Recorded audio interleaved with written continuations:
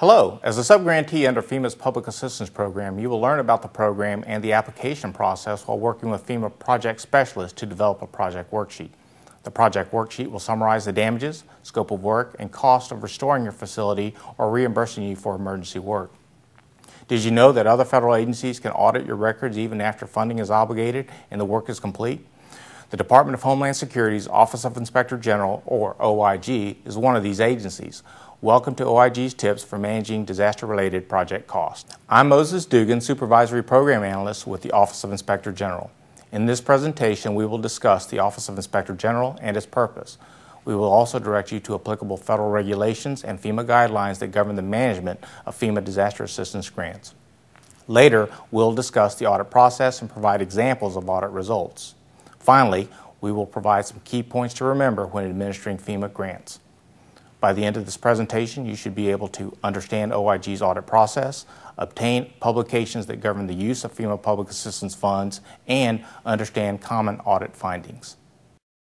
Congress enacted the Inspector General Act of 1978 as amended to ensure integrity and efficiency in government. The Homeland Security Act of 2002 as amended established an Office of Inspector General in the Department of Homeland Security, or DHS. The OIG is responsible for conducting and supervising audits, investigations, and inspections relating to DHS programs and operations. The Inspector General's office examines, evaluates, and where necessary critiques these operations and activities.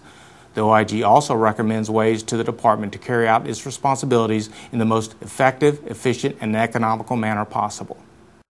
There are several publications available to you as a public assistance or PA subgrantee.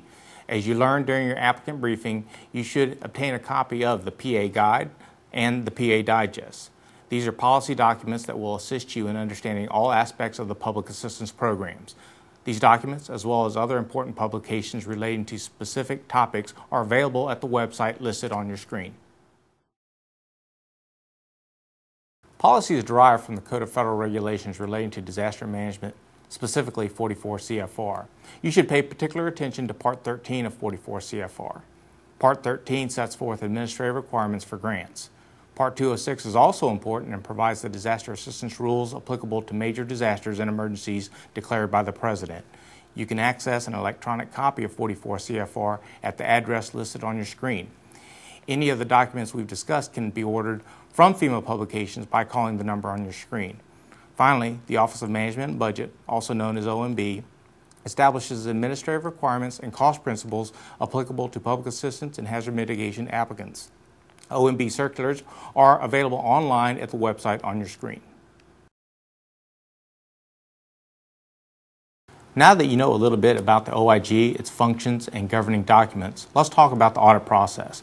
The OIG conducts two types of audits related to FEMA: program audits and grant audits. Program audits generally focus on determining whether FEMA's programs and operations are efficient and effective. Grant audits of FEMA public assistance funds are conducted to determine whether the grantee or subgrantee accounted for and expended FEMA funds according to federal regulations and FEMA guidelines. If the OIG selects you for audit, the auditors will contact you to let you know when the audit will start and what documents they will need to review. Throughout the audit, the OIG will keep you informed of potential audit findings so you can provide additional explanations or records that are needed. Before the final audit report is issued, the OIG will provide you with a written summary of findings and recommendations and arrange an exit conference with you to obtain your comments. The OIG report is issued to FEMA, who is responsible for preparing a response to OIG's recommendations. During audit follow-up, you will work with the grantee to provide FEMA the information it needs to respond to the OIG report. After analyzing the data from many different audits, one sees a pattern of common findings. Knowing what the common mistakes are can help you avoid these pitfalls in your project development and in administering your funds. Here are a few: lack of project-by-project accounting, improper monitoring of contractors, claims not supported by source documentation, duplicate benefits included in claims, excessive equipment, labor and fringe benefit charges, unrelated project charges, unapplied credits, poor contracting practices resulting in excessive costs. To give you a better idea of what is meant by these common findings, let's take a look at a few examples. Project-by-project accounting. Many subgrantees fail to account for each project in a way that a cost can clearly be associated with one and only one project. Federal regulations require that each subgrantee maintain a system that accounts for FEMA funds on a project-by-project basis. In one finding, the subgrantee had 5 distinct FEMA-funded projects, but accounted for project expenditures using one cost center.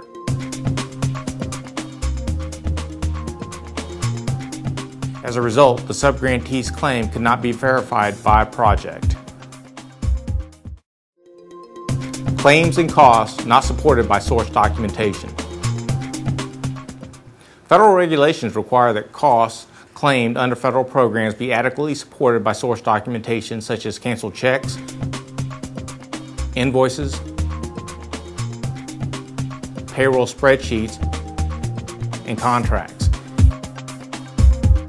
In one finding, the subgrantee claimed $150,000 for contract labor, but had invoices and canceled checks to support only $100,000. The OIG questioned the unsupported difference of $50,000. As you can see, it's critical to maintain all documentation surrounding your project and be able to support the claims listed on the project worksheet. Let's look at a few more examples. Duplication of benefits. A duplication of benefits occurs when a subgrantee receives disaster funding from FEMA for activities covered by insurance benefits, other federal programs, or any other source. Government laws and regulations prohibit the duplication of benefits. One audit revealed that a subgrantee claimed and received $200,000 to repair a fence, replace dirt, and construct a retaining wall at a baseball park facility. However, the subgrantee had insurance coverage that was never acknowledged to FEMA and received $220,000 from its insurance carrier for the same damage. Therefore, the OIG questioned the $200,000 of FEMA funding received for damages covered by insurance. Poor contracting practices resulting in excessive cost. Contracting and procurement are described in detail in 44 CFR Part 13.36 and in the Public Assistance Guide. Some requirements are that the applicant maintain records of its procurement processes, why it chose a certain type of procurement method, and why a certain contractor and price were selected. Further, time and material contracts are prohibited unless the applicant can provide a strong justification as to why no other contract is suitable. If a time and material contract is utilized, it must include a ceiling or not to exceed costs. Certain types of contracts are strictly prohibited, such as cost plus a percentage of costs. If you'd like to read more examples describing OIG findings, you can review the OIG's Audit Tips for Managing Disaster-Related Project Costs and other OIG reports at the address listed on your screen. Don't let your project be at risk for de-obligation. In the meantime, here are some key points to remember when administering FEMA grants. Designate a person to coordinate the accumulation of records. He or she should establish a separate and distinct account for recording credits and costs for each distinct FEMA project. Support each cost with source documentation such as canceled checks, invoices, and receipts for materials drawn from existing inventories. Take a moment to review the labor cost section of the PA Guide, PA Digest, 44 CFR, and FEMA Policy 9525.7. Only certain types of labor are eligible for reimbursement. Be careful to separate straight time and overtime, since some fringe benefits apply only to straight time. Avoid creating duplication of benefits by carefully researching and documenting credits, such as anticipated or received insurance proceeds, salvage values, and funding received from other federal agencies.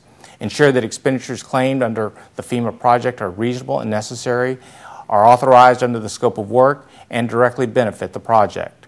Finally, you should fully document your procurement procedures, include what method of procurement was used and why, and also document the rationale for contractor selection and the basis for the price. Thank you for taking the time to learn about the Office of Inspector General and the audit process. By working together and employing a systems of checks and balances, we can all help to prevent fraud, waste, and abuse. We hope this information is helpful to you as you recover from this disaster event.